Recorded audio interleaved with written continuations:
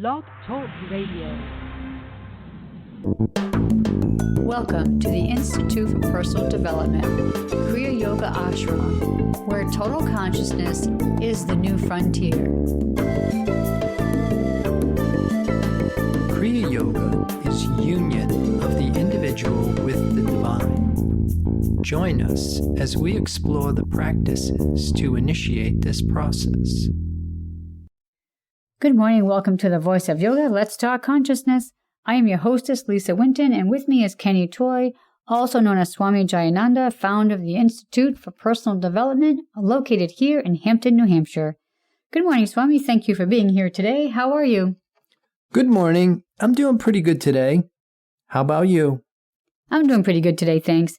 And we want to thank you, listeners, for tuning in. Today in the Voice of Yoga, we will discuss the value in joining science with religion to enrich the application of both disciplines. As Albert Einstein said, science without religion is lame, religion without science is blind. Listen as we explain how and why he is right. The rational and the absolute must be included in the equation. The spiritual sciences are the foundation to demonstrable religion. There are very good reasons why Einstein admired Mary Baker Eddy. Welcome to the Voice of Yoga. We are talking consciousness. Join the Kriya Yoga Spiritual Advance. Get the light in your soul and experience spiritual reality. So, Swami, I'm really excited about today's show. So let's talk about that Albert Einstein quote, "Science without religion is lame, religion without science is blind." And let's hear your thoughts about that.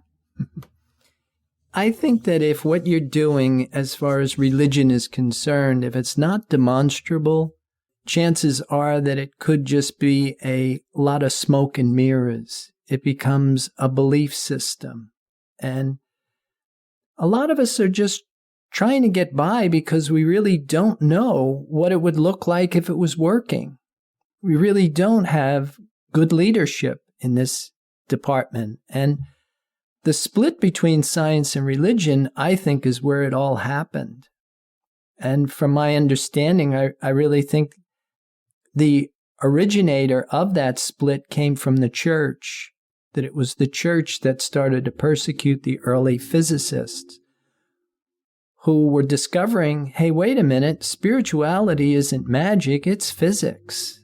And of course, the church by that time had become so corrupted and they were concerned with sales that would really kind of hurt their bottom line. And so I think it became a war to bring the two of them together, because I think what basically happened is our sciences kind of polarized on being empirical, and they said anything that isn't verifiable through the senses has no validity, which thankfully quantum physics has gone 360 degrees, and they're starting to say 98% of this universe is invisible. But within these invisible realms, there are force fields and energy systems impressing upon us continuously, which was more of the foundation of the religious approach. The emphasis being on the invisible, the intangible, rather than the visible and the tangible. So Einstein, I think, really had a handle on that, and he started to see that just what he was saying, that without the concept of a multidimensional reality system, without taking into account the invisible and the intangible, without taking into consideration the invisible but tangible into your reality system, that it's really hard to make sense out of the universe. And that this concept of God wasn't just something that you believe in, but it was a dimension of reality that was accessible, reliable, and essential for human development. And we basically have taken that out of the equation, and we wonder why everything is failing. A few questions for you. The first one, you had mentioned earlier, you were talking about being demonstrable. Well, what does that mean and what does it look like? Well, I really rely a lot now on Christian Science. I think what Mary Baker Eddy did with her discoveries and discovering that the miracles that Jesus was performing was not a miracle, but it was law. It was spiritual law, that this was a science. And what she did was she introduced the whole concept, or reintroduced the whole concept of healing back into the equation. Because the early Christians, the command was to heal the sick and reform the sinner.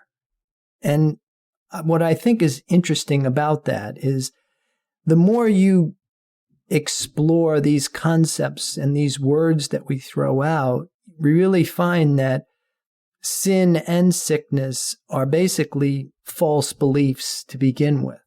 They're not real, but it's something we believe in, and we make them real. But it's a whole lot easier to work with a person who is suffering from sickness to want to reform themselves than it is somebody who is indulging themselves in what they think are the pleasures of sin. So they would be more resistant to these changes, these recommendations that would come to place.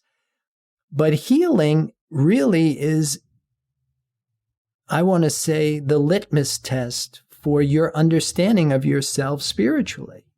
And if we are struggling with healing, then the thing is that we don't want to make excuses for why we're not executing, why we're not getting demonstration. What we want to do is go back to the drawing board. Mm-hmm. It's kind of like if your car doesn't run. You don't want to have a car sitting in your driveway and you sitting around praying and hoping that it will get better. And the same is true with the application of religion.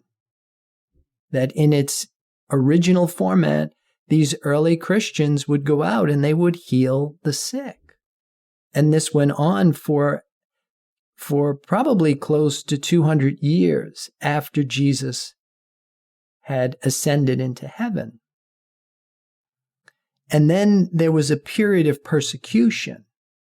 And so they kind of went underground with the religion, but then as it re-emerged under a completely different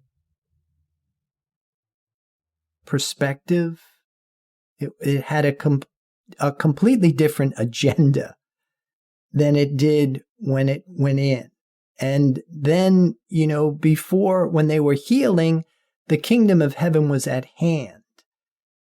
When it reemerged, the kingdom of heaven was something you had to die to get to. And so things changed dramatically. And it was no longer a demonstrable religion. It was something you believed in. So what are some of the very good reasons that Einstein admired Mary Baker Eddy? Well, he really saw how advanced she was in her thinking. And one of the things I really love is this quote, and I'll quote from Science and Health with Key to the Scriptures. And you got to remember that she wrote this back in 1875, but she wrote, "The universe, like man, is to be interpreted by science from its divine principle, God. And then it can be understood. But when explained on the basis of physical sense and represented as subject to growth, maturity, and decay, the universe, like man, is and must continue to be an enigma. So she really had this understanding of the allness of spirit. She had this understanding of unity consciousness. And that's where things differ, because the origins of religion was really there to educate people in how to grow psychologically and spiritually, how to go from the lower mind, from living out of instinct, appetite, preservation, and survival, moving into intelligence, but then eventually moving into this realization that they called God, or in yoga they call it total consciousness, that there is a better perspective of understanding the human experience. And one of the things that I think sticks out, especially for me, is this whole thing of eternal spiritual being, unchanging, absolute goodness. These are the things that stick out for me, that kind of pique my interest as to why would I want to get out of the pain, pleasure, control dramas of my physical experience? Why would I want to get out of, the pleasures and profits of the world? Renounce the world for what? But once you understand that this is an upgrade, that you're moving from form into function, and you're moving from fragmented understanding to the absolute knowing of the truth. Well, I think it's really interesting to ponder the point about science and religion, because I think a lot of people think that they're two separate things to believe in or to discover, when actually there's a lot of scientists out there that believe in God because of their scientific discoveries. And so I have a few quotes from Albert Einstein that I think are kind of telling. And he says, one quote is, "Before God, we are all equally wise and equally foolish." So I wanted to kind of get your thoughts on that. Yeah, I definitely resonate to that concept of equality when it comes to God. And one of the things that I always say is the problem with the world is not God's love for humanity. The problem with the world is humanity's love for God. But first of all, we don't know what God is. And without knowing what God is, you don't know what love is.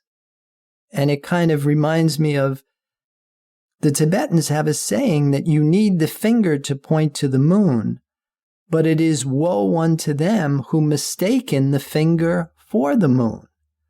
For they shall never understand the bright light of the moon, nor what a finger is. And that's the kind of ignorance that we live in, because we really don't understand truth. We don't understand how creation is really taking place. Yeah, I have two more quotes, and what I like about these two quotes is the simplicity behind it. And I do like to keep everything simple. And so one quote I have is, "When the solution is simple, God is answering." That's coming from a real understanding of the application of divine mind. That whole thing of the law of harmony. And usually when God provides the solution, not usually, but always, when God provides the solution, it is always a win-win situation for everyone involved. And these are things that as you start to acquire a taste for, as you start to educate yourself, they start to stick out in your reality, and you have attention for that, and you basically have expectation for that. Well, I think this is a good place to pause to listen to a word from our sponsors. So listeners, we'll be back with you in just a few moments.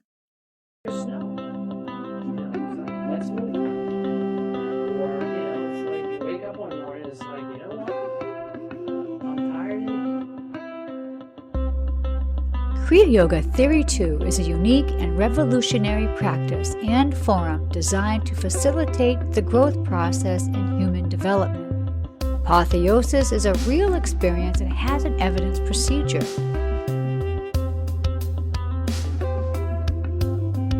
You cannot lead someone to permanent change by doing for them what they must do themselves. Personal accountability and responsibility are the foundation of Kriya Yoga Theory 2. You must be engaged and devoted. Prana power brings virtue to overcome fear, wisdom to overcome ignorance, purpose to overcome selfishness, enthusiasm to overcome laziness. Kriya Yoga is a path of action, knowledge, and devotion. These sessions are a celestial positioning system to guide the individual into union with the divine. For more information or to sign up for your next session online, go to www.ipdtransform.com. Namaste.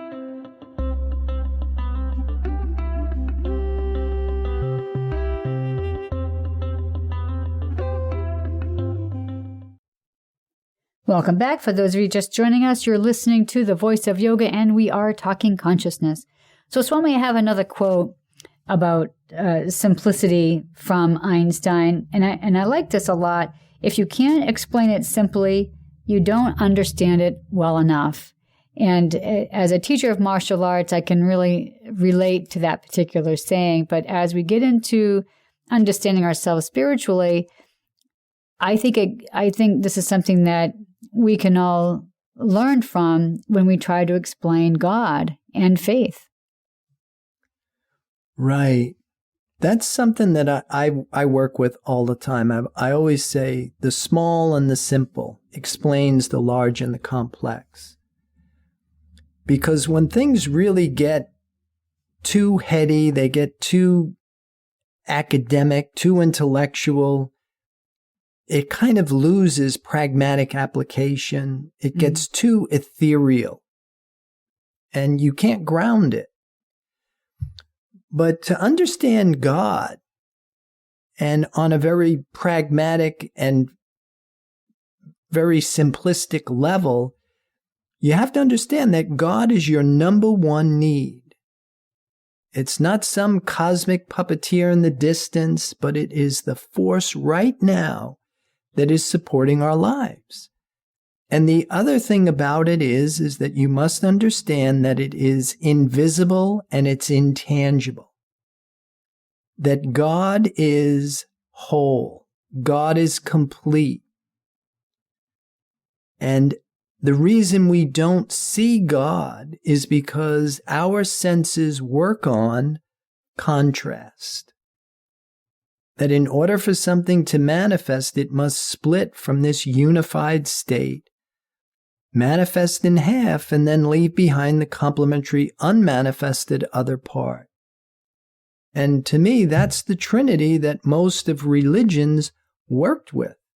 That was the reality system that they used, that we had, and quantum physics in their discoveries, that you have particles, you have waves, and you have the indivisible unified state. So there's physical, there's mental, and then there's spiritual. That kind of gives you a better perspective to work from. And then to understand that the only one that's real is the spiritual. And with the discoveries in quantum physics and the double slit experiment and the whole thing of the collapse of the wave function, that all of these discoveries, they're finding that observation has effect on reality. In fact, without an observer, without the observer setting a measurement, that there is no reality. These are great discoveries, but Mary Baker Eddy and most of the ascended masters, they live out from this understanding. They knew how this worked. Mm. Well, I know there's a saying that you say a lot, and that is like attracts like. And so when I read this quote by Einstein, I thought about that. And this quote goes, "Everything is energy, and that's all there is to it. Match the frequency of the reality you want, and you cannot help but get that reality. It can be no other way. This is not philosophy. This is physics." Yeah, and that's what we talk about, the physics of spirituality. But now, beyond Einstein, underlying energy is this void or this nothing. And that's more subtle, that's more sublime. That's the concept of God.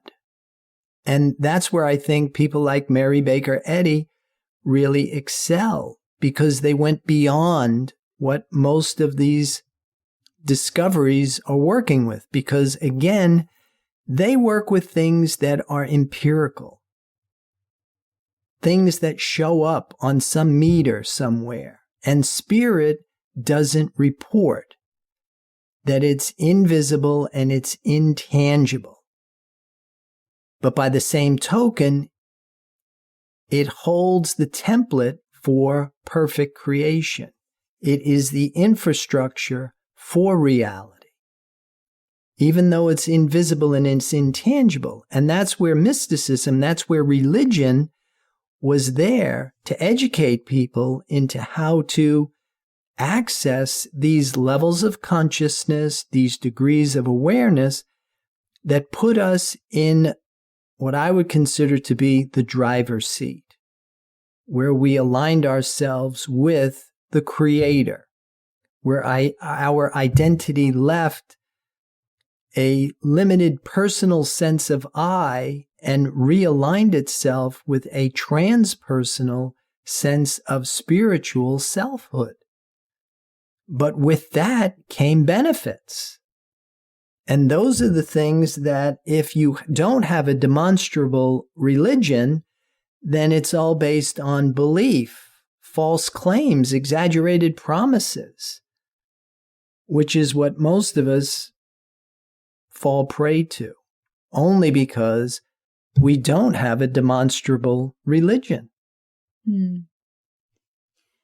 Before you had mentioned about some people's view of God being a cosmic puppeteer. Well, that reminded me of another quote from Einstein that I have online. And this quote goes, "I cannot imagine a God who rewards and punishes the objects of his creation and is but a reflection of human frailty." And I just thought that was really very interesting. So I think Einstein's onto something here. Right. And that's where I think you can see the influence that Mary Baker Eddy had on him, because that was her premise with the concept of God, that God could not be a mix of good and evil, that absolute consciousness is very different than duality. And when we confuse the two is where we wind up in what in the Yoga Sutras they call it avidya, ignorance, because we're mistaking the impermanent for the permanent. And that produces a failure force in the human experience. I know there are people out there that believe that our reality is just an illusion. And I think the Mayans actually had believed that as well. And so speaking of that, another quote again by Einstein is, "Reality is merely an illusion, albeit a very persistent one." And isn't that what we always talk about is our place in this world, trying to live in this reality, knowing that it's really not real? Well, that's the starting point, I think, is when you come to the realization that it isn't real. Because most of us think it is for real. And that's where we're kind of lost in this hypnotic trance. Whereas the Buddhists call it Maya. illusion. Now, the key here is that what they're saying is not so much that the physical world isn't real, but the illusion is that it's separate from God. That's where things really start to fall apart for the human, is when we identify with a reality that is apart from this concept of God. Because God is the glue. God is the hub of creation. And if you don't point your attention in that direction and you identify with what was called a lesser God, a false God, or in yoga they call it avidya, then you are kind of in this hypnotic trance that plays out as the cycle of death and rebirth. You're in an identity that will produce sin, suffering, sickness, and eventually death. But to align with the concept of God, this unity consciousness with your number one need, and to rebirth yourself in it so that you don't just think about it, but you become spirit. Spirit is what they call a realization, because we can't intellectualize it. In fact, if we intellectualize it, we're missing it. We're not doing it. We're pretending to be doing it. But then as it comes down to, as I always say to you, so how do we do that? How do we live our lives spiritually and still be in this world? Well, the term in yoga is called detached. And the way that you do it is follow the instruction of Scripture. The Christian command to love the Lord thy God with your heart, your soul, and your mind is 100% correct. The Buddhist command to desire nothing. Now again, these are statements that can be misinterpreted. And how do you know if you're interpreting them correctly? You will experience perfect health, and you will also have the capacity to heal others just by simply seeing them in the same way that you see yourself, as an eternal spiritual being. That this understanding has the capacity to change how people think about themselves. And so how to do it is follow the leadership, follow the ones that could do it, who were doing it. Gauge what you're doing based on scientific evidence. And to me, am I able to heal? Can I heal myself? Can I heal the sick? That would be how I would demonstrate my level of consciousness. That's kind of like the litmus test of it, or the way the blacksmith would test a sword. You know, you ring it on the anvil. Mm-hmm. Well, I know there's a lot of people out there that are really engaged in this new technology, and things are just getting better and faster and smaller and more powerful. And Einstein says the human spirit must prevail over technology. What do you think he means by that? Well, I think what he means is we have to get back to that fundamental that we must put God first. That is primary, because without it, we lose our inheritance. We lose our identity as spirit. And no matter what we're going to do, we can't fix it from the visible and the tangible. No matter how much we try and improve that, it is effect, and it's not the cause. Spirit is the cause.